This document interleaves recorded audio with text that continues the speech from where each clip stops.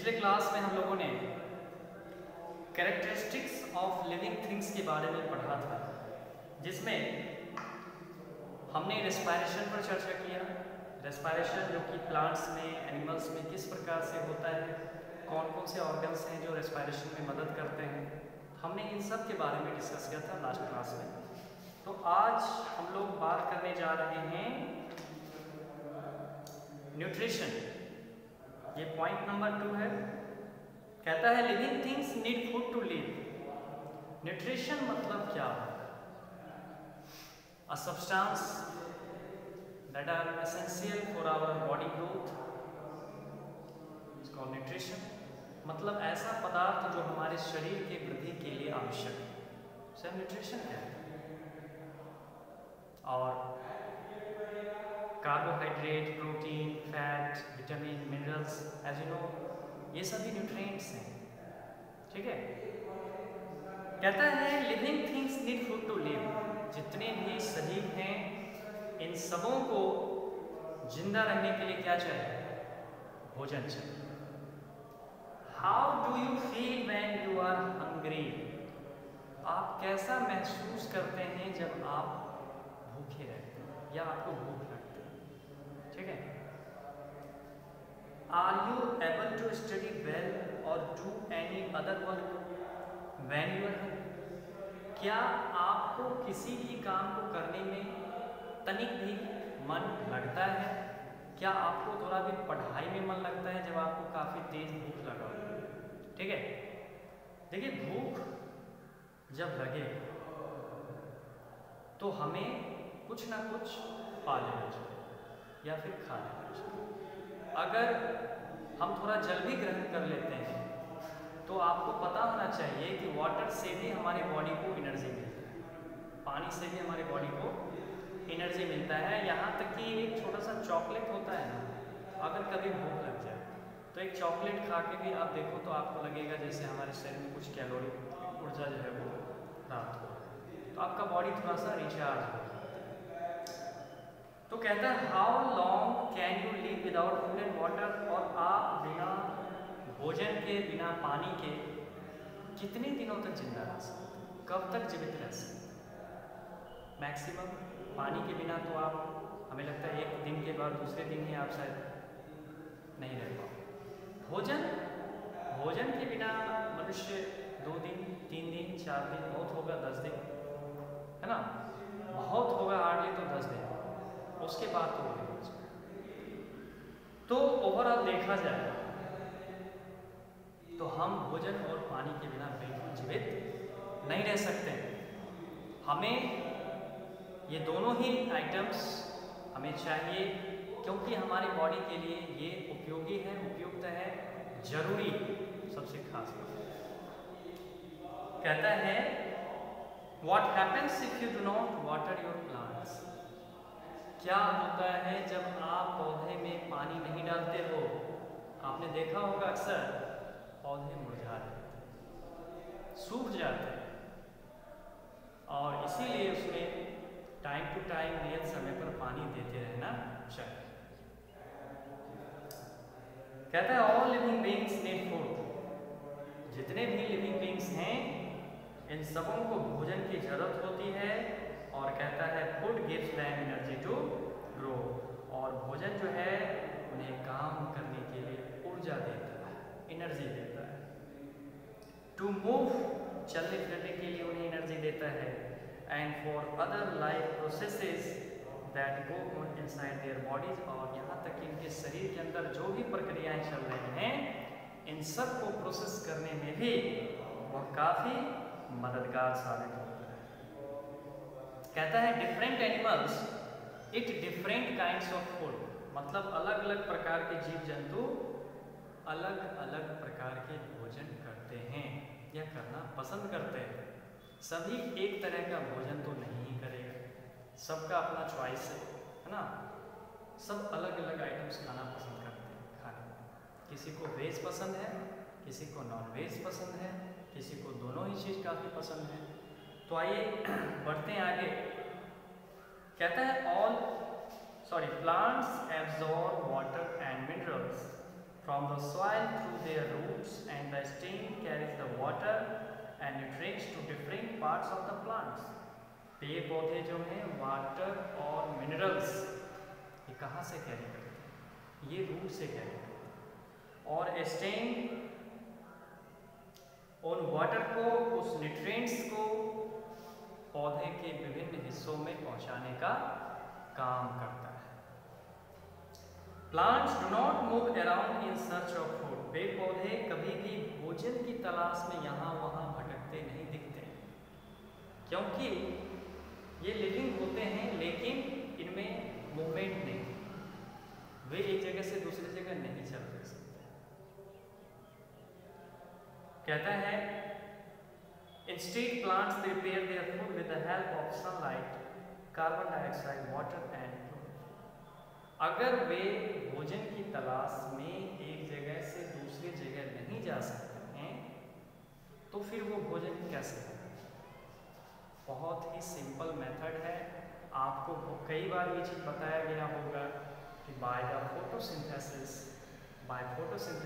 Plants prepare their own food in the presence of sunlight, water, minerals. ठीक है, तो पेड़ पौधे जो हैं वह सूर्य के प्रकाश की उपस्थिति में, कार्बन डाइऑक्साइड, वाटर, मिनरल्स की उपस्थिति में अपना भोजन स्वयं तैयार करें।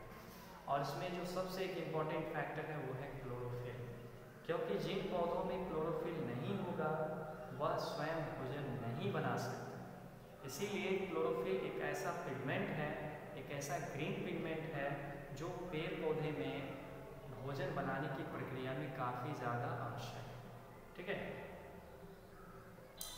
This process is known as photosynthesis.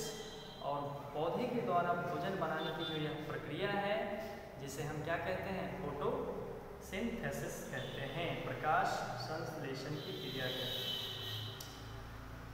कहता है since plants make their own food they are called autotrophs.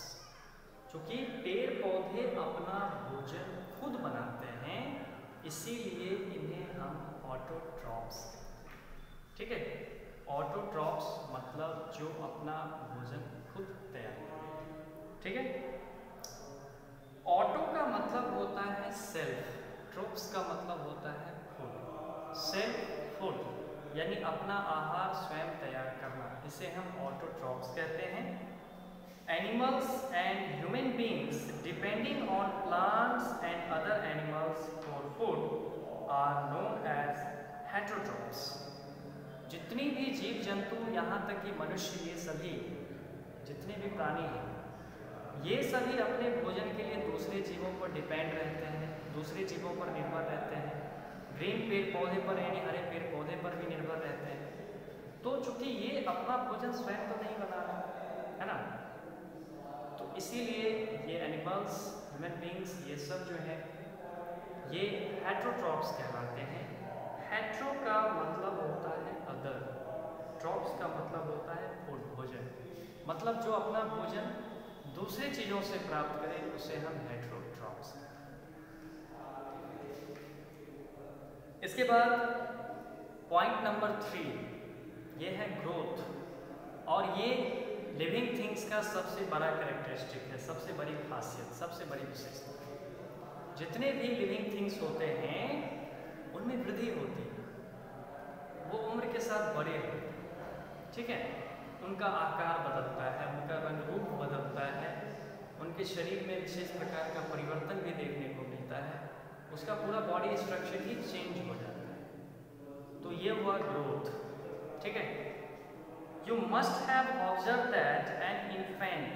अब देखिए ये इन्फेंट का क्या मतलब है। इन्फेंट का क्या मतलब है? इन्फेंट का मतलब होता है शिशु। ठीक है, इन्फेंट का क्या मतलब होता है?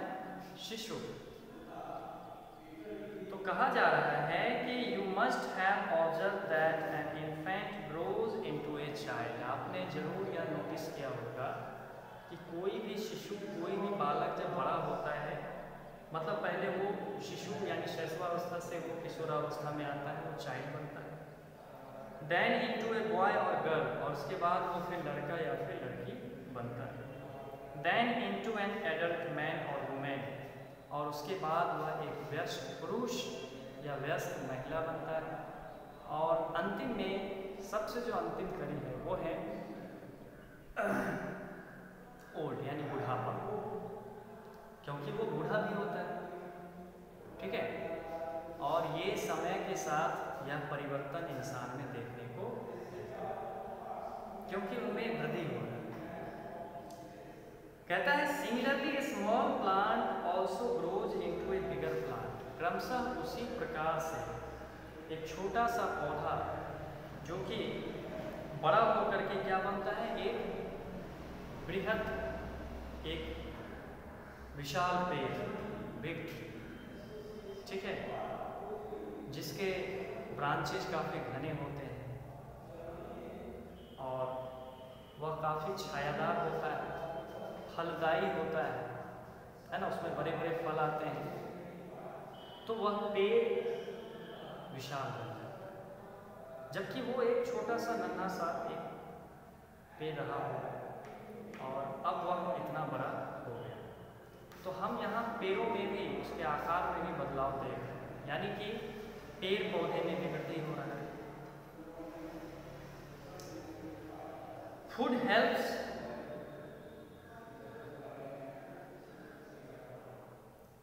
अस टू ग्रो, भोजन हमें वृद्धि करने में मदद करता है, क्योंकि अगर आप भोजन नहीं लेते हैं तो फिर आप में वृद्धि रुक जाएगा, आप सही से आपके शरीर में ग्रोथ नहीं हो पाएगी।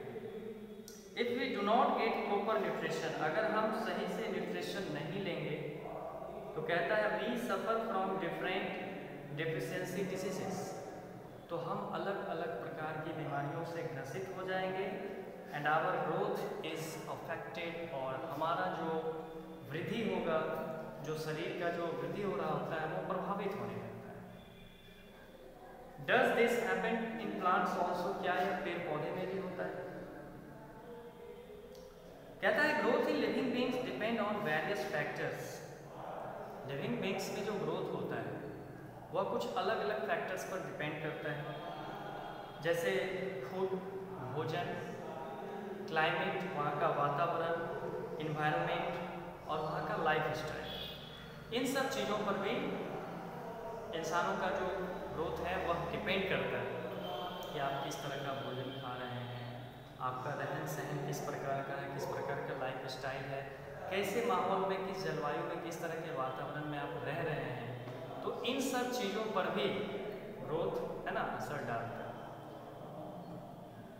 Growth is also an irreversible change, कहता है कि ग्रोथ जो कि एक इरिवर्सिबल चेंज, मतलब इसे हम रिवर्स नहीं कर सकते।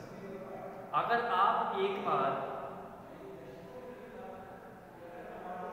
चाइल्ड से एडल्ट पर्सन बन गए तो अब पुनः आप वो बच्चे नहीं बन पाओगे, ठीक है, ऐसा संभव ही नहीं है। तो इस तरह का जो चेंज है वह इरिवर्सिबल फिजिकल चेंज, ठीक है, इरिवर्सिबल फिजिकल चेंज, क्योंकि इसमें कोई बदलाव नहीं किया जा सकता। कहता है the growth of living things is different from that of non living things, कहता है कि लिविंग थिंग्स में जो ग्रोथ होता है वो थोड़ा डिफरेंट होता है non living things. Growth in a living organism occurs due to the division of cells inside its body, और जो लिविंग ऑर्गेनिज्म में जो ग्रोथ होता है वह बॉडी के अंदर जो सेल्स होते हैं उसके डिवीजन के कारण वह अलग अलग टुकड़ों में बंटता है। In case of single called organism, कहता है सिंगल कॉल्ड ऑर्गेनिज्म में, जैसे अमीबा में, अमीबा एक यूनिसेलुलर ऑर्गेनिज्म है क्योंकि इसमें मात्र एक ही कोशिका है, और हम लोगों के बॉडी में ढेर सारे सेल्स हैं, लाखों लाख करोड़ों करोड़ सेल्स हैं, और इसीलिए इंसान, जीव जंतु, जितने भी अदर एनिमल्स हैं, इन्हें हम multi cellular organism, multi cellular जिसमें एक से ज़्यादा कोशिका और जिसमें सिर्फ एक कोशिका हो वह यूनिसेलुलर ऑर्गेनिज्म कहलाता है। कहता है अमीबा, पैरामीशियम, ये सब यूनिसेलुलर। कहता है growth occurs only in the size of cell, जितना बड़ा सेल होगा उसी आकार में उनकी वृद्धि होगी। Growth in non living things like hip of sand size of crystals, मतलब जैसा छोटा छोटा क्रिस्टल्स दाना होता है उतने ही साइज में इनमें वृद्धि होती है। और कहता है occurs due to the addition of materials from outside, क्योंकि बाहर से जिस तरह से छोटे छोटे रेत के कण जो होते हैं जुड़ते जाते हैं तो उसका आकार धीरे धीरे करके बड़ा होते हैं, है ना। Growth in animals stops after they have attained certain height and age, मनुष्य में, जीव जंतुओं में जब एक निश्चित आयु या एक सही हाइट तक मनुष्य की लंबाई पहुंच जाती है तो उसके बाद उसमें ग्रोथ रुक जाता है। कहा जाता है कि आफ्टर 17 आफ्टर 18 के बाद जो है हाइट की वृद्धि में, यानी कि हाइट नहीं बढ़ता है और एज जो है वो सबसे बड़ा फैक्टर है, क्योंकि उसमें जो है ना वृद्धि जो ग्रोथ हो रहा होता है तो ग्रोथ हार्मोन बनना बंद हो जाता है और उसके बाद हाइट नहीं बढ़ता है, ठीक है। उसके बाद मनुष्य में फैट, चौड़ाई ये सब बढ़ना शुरू हो जाता है। लेकिन प्लांट्स में ऐसा नहीं होता है। Plants continue to grow throughout their life, पूरे आजीवन जीवन भर ये बढ़ते ही रहते हैं, बढ़ते ही रहते हैं, ठीक है। तो ये था आपका ग्रोथ। अब हम लोग पढ़ेंगे लाइफ स्पैन, यानी ऑल लिविंग थिंग्स डाई, जितने भी जीव जंतु हैं, जितने भी सजीव हैं, सबकी एक निश्चित आयु है। सब अगर धरती पर आए हैं तो सबको एक न एक दिन मरना है, ठीक है। कोई यहाँ हमेशा रहने के लिए नहीं। कहता है all living things live for a certain period and then die, जितने भी जीव जंतु हैं, जितने भी पेड़ पौधे हैं, सब एक निश्चित आयु तक रहेंगे और उसके बाद वो मर जाएंगे। They have a limited life span, उनका एक निश्चित आयु होता है। Some animals such as the tortoise live for a very long time, जैसे कुछ जंतु हैं, कछुआ, ये 2 साल से भी ज़्यादा उम्र तक जिंदा रहते हैं, ये काफ़ी लंबी अवधि तक जीवित रहते हैं। While the life span of some insects may be only for a few days or few hours, जबकि कुछ ऐसे कीड़े मकोड़े हैं जो कुछ ही दिन या कुछ ही घंटे के मेहमान होते हैं और उसके बाद वो मर जाते हैं। A bacterial cell has a lifespan of only a few minutes before it divides into daughter cells. जितने भी बैक्टीरियल सेल होते हैं वो कुछ ही मिनटों के मेहमान होते हैं और तुरंत वो डॉटर सेल में विभाजित हो जाते हैं, 2 अलग अलग सेल में बढ़ जाते हैं। Life span of a living things is only a generalized idea but may vary from individual to individual, लेकिन ये व्यक्तिगत रूप से सबों में अलग अलग होता है, सबका अलग अलग लाइफ स्पैन है। मनुष्य में भी एक औसत एक आयु होता है, लेकिन ऐसा नहीं कि वो उस लाइफ तक जाते जाते वो मर जाएंगे, ऐसा नहीं है। कुछ उससे एक्सीड भी कर जाते हैं, कुछ उससे पहले भी मर जाते हैं, ठीक है।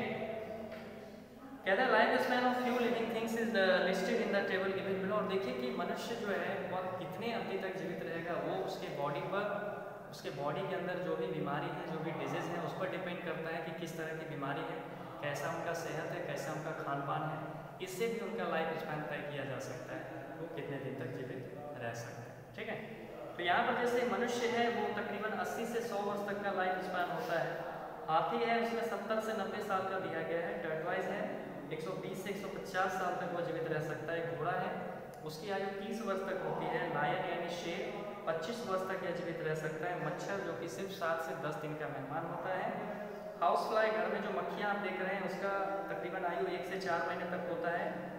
काव गाय यानी 20 से 25 साल तक कोई भी गाय जीवित रहती है। और डॉग कुत्ता जो है 12 से 14 साल। Bacteria 20 minute.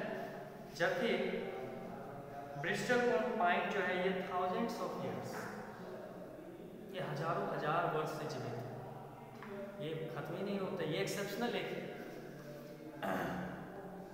एनिमल है, ठीक है।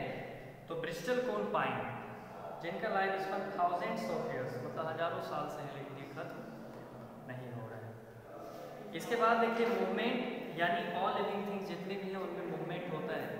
सब में एक खास तरह का एक प्रोसीजर होता है। सब एक जगह से दूसरी जगह भोजन की तलाश में चलते हैं, जाते हैं। तो इस टॉपिक पर हम लोग नेक्स्ट चर्चा करेंगे। आज के लिए हम लोग इतना ही रखते हैं और मिलते हैं नेक्स्ट।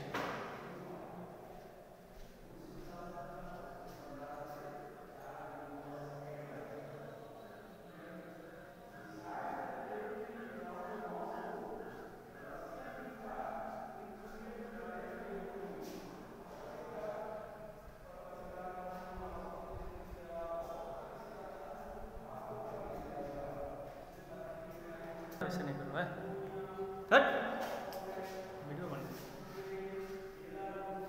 होने दे।